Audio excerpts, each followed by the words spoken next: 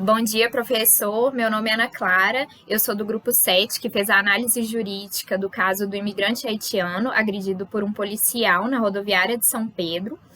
E no decorrer desse trabalho, uma questão que me chamou muita atenção foi a caracterização no artigo 2º da Declaração Universal de Direitos Humanos desses sujeitos de direitos e liberdades, desse todos, né? Porque o artigo 2º ele é específico quando ele fala que não pode ter distinção de qualquer espécie, inclusive elenca dentre as distinções língua, origem nacional, que são aplicáveis ao nosso caso.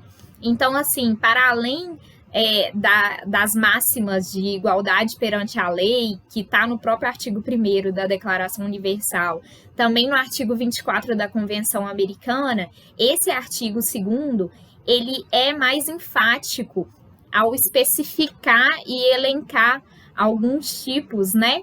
E aí a gente até conseguiu enquadrar ainda melhor o nosso caso. Eu achei isso muito interessante, essa forma como o artigo 2º abordou isso. É isso, obrigada. Bom dia, professor. Meu nome é Camila Mendes. E sobre a análise jurídica do nosso caso, que foi o caso de uma agressão de um policial brasileiro a um imigrante haitiano sem autorização, eu queria ressaltar que uma temática que me chamou muita atenção foi no âmbito da responsabilidade jurídica.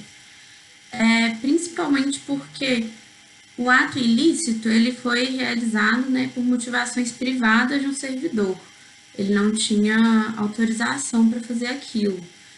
Só que como isso ocorreu durante o exercício da função dele como servidor público, né, como policial, a responsabilização internacional cabe ao Estado. E aí, isso foi uma coisa que me chamou muita atenção, porque eu nunca tinha parado para refletir muito sobre isso. E eu entendo agora que é uma coisa que faz muito sentido, porque durante aquele exercício, na verdade, o servidor era o Estado, né? Tipo, ele estava representando o Estado. Então, tendo sido autorizado ou não, alguém tem que tomar responsabilidade disso. E aí, mesmo que o servidor tome, né, as devidas punições, enfim, processo administrativo, não sei muito bem o que vai ser feito nesse caso, também cabe uma responsabilização do Estado no âmbito internacional. Então, isso foi uma coisa que eu nunca tinha parado para refletir. Então, é isso. Oi, professor. Eu me chamo Ila, sou do grupo 7 e fiquei responsável pela parte de trabalho na qual o haitiano é agarrado pelo policial depois de tentar fugir uma barreira sanitária porque estava com febre, sendo que ele não entendia o que estava acontecendo, porque ele não fala português. Então, eu aprendi duas coisas muito legais, todas relacionadas com a Convenção Americana de Direitos Humanos. A primeira é com relação ao artigo 5, artigo 5º, que fala sobre o direito à integridade pessoal. Então, eu sempre soube que se você fosse detido contra sua vontade e sendo que você não cometeu um crime, isso feria a nossa moral, mas eu nunca tinha pensado pelo lado psicológico da coisa, porque a pessoa pode ficar com traumas, com depressão, psicótico, medo, então assim, traumatizado com policiais, por exemplo. Então foi legal ter lido esse artigo para poder realmente despertar para essa outra questão psicológica e física também. E o segundo ponto que eu quero trazer aqui é com relação ao artigo 8º, que trata sobre as garantias judiciais, porque uma das garantias era o direito ao intérprete, e eu não sabia que isso existia. Foi quando eu fui ler a convenção que eu pude ter o contato com isso. Então, eu entendo que se houvesse um intérprete para explicar para o haitiano que o que estava acontecendo, que ele estava sendo separado porque ele estava com febre, ele não teria fugido. Então, é uma garantia que eu não tinha conhecimento, até porque a gente nunca pensa que vai ser julgado em outros países ou que vai passar por algum tipo de situação assim, em um país que a gente não entende a língua, mas foi muito interessante. Então, eu queria agradecer você por essa oportunidade e também por ter dado as aulas pra gente com todo o seu amor e devoção e se esforçado tanto. Muito obrigada. Tchauzinho. Olá, professor, boa tarde. Meu nome é Rodolfo, eu também faço parte do grupo 7, que foi encarregado de efetuar a análise do caso envolvendo o Atiano e a agressão policial. O ponto no qual eu achei mais relevante, assim como aprendizado pessoal, foi envolvendo as diretrizes da ação policial a partir diretrizes internacionais que existem a partir da ação policial. Coisa que eu não tinha conhecimento prévio. Dentro dos próprios direitos humanos, a gente tem, na Declaração dos Direitos Humanos, tem algumas diretrizes da atividade policial dentro do território nacional que guiam o que seria o código de conduta do policial dentro do território nacional, né?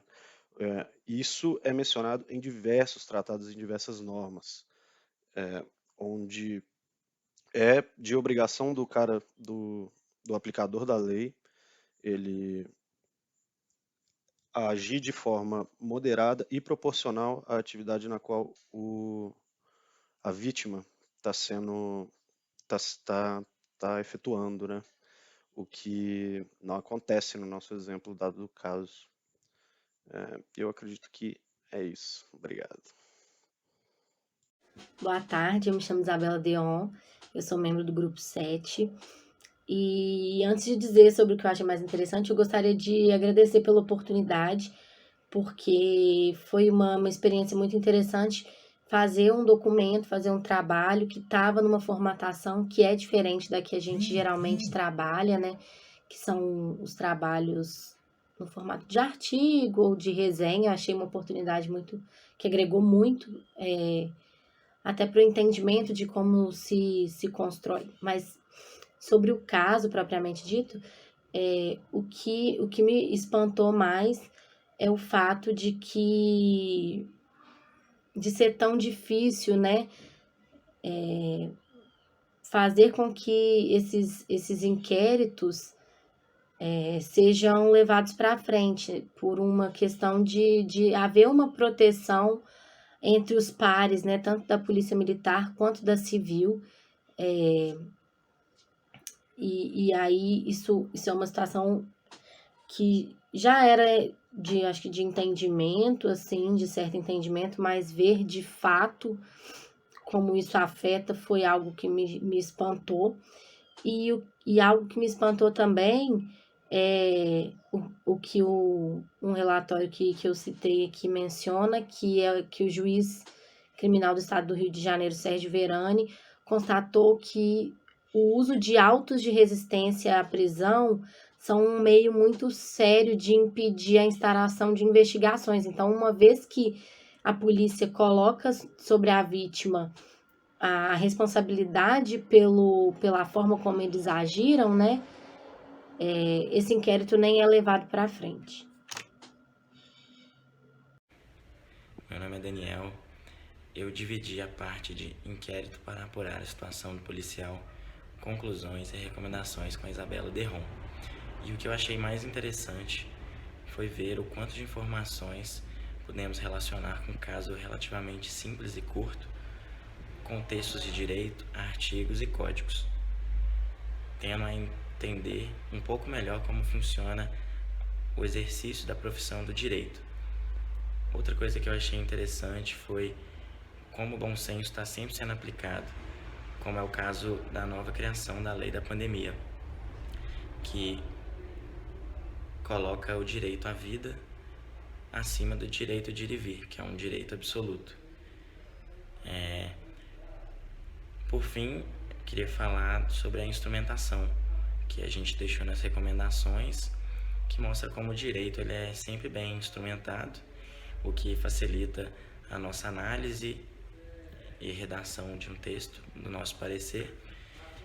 E fica o questionamento sobre o que podemos fazer para deixar a ação dos policiais ainda mais instrumentada, para que não ocorra mais casos como esse, com uma tamanha falta de bom senso, né, de um policial que está ali representando o Estado e gera tantos problemas. Olá, meu nome é Pedro, e eu acho que o que eu mais aprendi assim, no trabalho foi derivado de uma discussão que tem sido colocada diariamente sobre o trade-off entre a liberdade de ir e vir que o indivíduo tem, as liberdades individuais e as restrições impostas pela pandemia.